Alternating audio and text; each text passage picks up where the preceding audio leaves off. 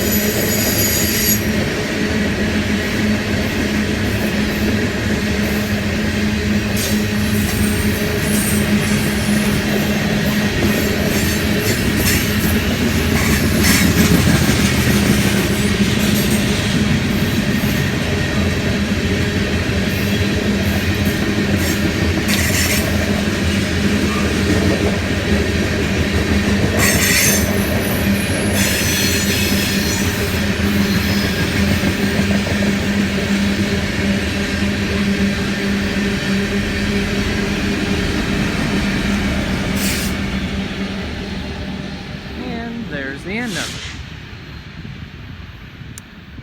Well, that guy snuck up on me.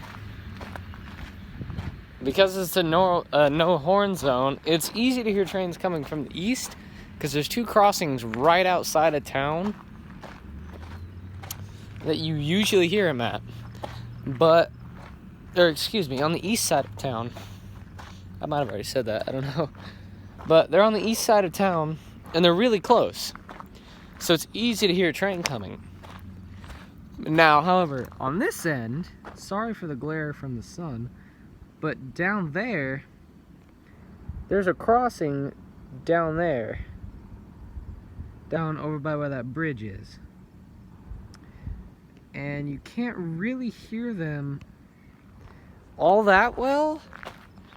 Sometimes you can hear them, but other days you just can't hear them and they just sneak up on you. There's already a flashing yellow on the westbound track. That train was an eastbound, so yeah. I've shifted locations to hopefully see if there's a train coming up over the hill, because there is a hill back there. Once again, I apologize for the glare of the sun, but there is a hill back there. And then it sort of dips down as it comes this way. It dips down towards Delaware, or Division, excuse me, that's Division.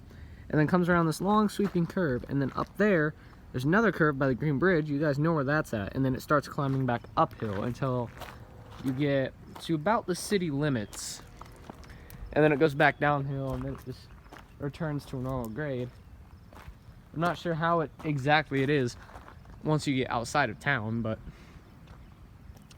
based on what I've seen, it's a lot more simpler than this, because this has actually gotten a little more tricky for engineers coming through here. Because if you look down there, if this sun will cooperate with me here. Okay, I apologize, but doesn't seem to be working. But down there, it comes down, and that speed limit over there is 55 miles an hour, maybe even 60, I don't know. But it's straight all the way to Aurora. So they can go pretty fast. And it's the same that way once you get out of town all the way to Seward, which is about 30, 40 miles probably the same direction for Aurora. But you come into here, there's a downhill grade right there. and it comes down, and then they changed this area. This stretch all the way through town used to be a 45 mile an hour, or it used to be a 55 mile an hour zone. But guys probably can't read that sign right there, but that's a 55 mile per hour sign. But just outside of town, they put 45 mile per hour signs up. So they've decreased the speed by 10 miles an hour to 45. Now, what does that mean for the engineers coming through here? Well, that means that once they come around that corner, they need to be doing 45. And there's a grade that starts right at that curve. So there's a small valley, and then it comes up, straightens off a little bit, and then goes around an even tighter curve down there, and then goes uphill once more at a bit of a steeper grade, and then it backs off down toward Delaware.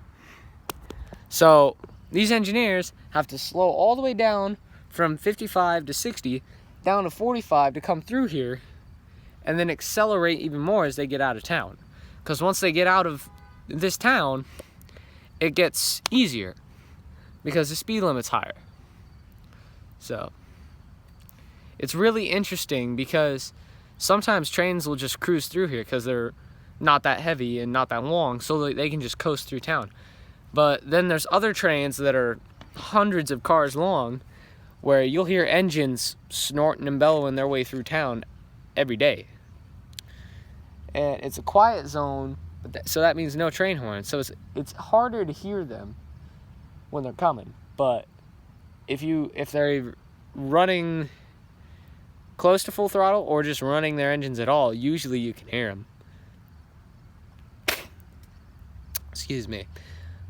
Now, of course, most of the newer engines are quieter. Like you guys saw that CSX ET44 that was on the freight train in the last video. That train is, or that locomotive I know, is a bit more eco-friendly and a little bit more quieter. So are the new EMD, the ET70s or whatever they're called. The new SD70 Tier 4s. Those are pretty cool. I don't know when BNSF is going to get any. I've only heard that they're going to get, I think, 10 or 20 of them that they have on order right now. But I'm not sure. If someone can correct me on that, that'd be great. But yeah, so they've changed a lot of stuff here now. Like, it used to be just 55 miles an hour all the way through town, blare your horn at every single crossing. But yeah, that hasn't happened for, I don't know. They were working on the whole Quiet Zone project for at least 3 years. Like, they put medians in at all the crossings and stuff. And then Blackburn and Delaware are the most frequently used crossings in this town. And they have sidewalks connected to them, so they put up sidewalk gates and little metal gates that mean absolutely nothing. You know, little fence things that you guys have probably seen in earlier videos. That does absolutely nothing. You can just walk straight around it, which I think is completely pointless and a complete waste of money, but that's just me. City people and, you know, people who watch my channel who may have different opinions, you're allowed to have that opinion. I'm not going to correct you on it. But that's just how I think about the situation. Anyway, so yeah, things have changed a little bit. I'm not going to lie, I kind of like it because it's a bit more different than what things used to be. And I think it makes for not only better content as a YouTuber, but also better things like as a rail fan to look out for. And now I think BNSF has been starting to run more things through here. You know, given the current situation with COVID and everything, and just all the 2020 stuff, it's different because it gives me and all the other rail fans in the immediate area a little variety. Like, you guys saw the Erie unit video where the Norfolk Southern Erie unit came through. And there's been multiple other videos. There's the Pasco train, which is always interesting to catch on camera, because that train can have literally anything on it. That might have even been it earlier with the containers on it. But it's always interesting to see what can come through here. You never really know. Like, I was on I was on a line in a town called Plymouth, which is about 50 some odd miles away from here. They have one little track that looks like it just services a co-op, but there's actually coal trains running on there for Union Pacific, and it runs all the way into Fairbury, where it connects with one of the UP main lines. And I thought that was pretty cool. Anyway, I'm gonna go. I will see you guys in the next video, and hopefully film more trains if I see any more. See you guys later.